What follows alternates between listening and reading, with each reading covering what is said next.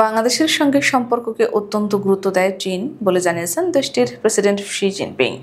বাংলাদেশ চীন কূটনৈতিক সম্পর্কের 50তম প্রতিষ্ঠা বার্ষিকীতে রাষ্ট্রপতি মোহাম্মদ শাহাবুদ্দিনের সঙ্গে বিনিময় করা অভিনন্দন বার্তায় একথা জানান শি।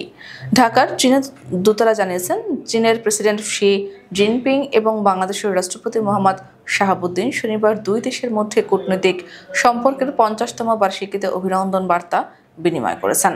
চীনের প্রেসিডেন্ট শি তার বার্তায় উল্লেখ করেছেন, চীন ও বাংলাদেশ ঐতিহ্যবাহী বন্ধুত্বপূর্ণ প্রতিবেশী এবং বিনিময়ের দীর্ঘ ইতিহাস রয়েছে।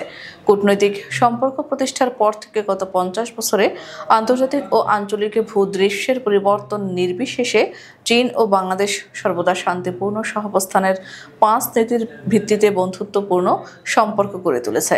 পারস্পরিক শ্রদ্ধা, সমতা এবং দেশগুলোর মধ্যে উইন উইন সহযোগিতার উদাহরণ স্থাপন করেছে।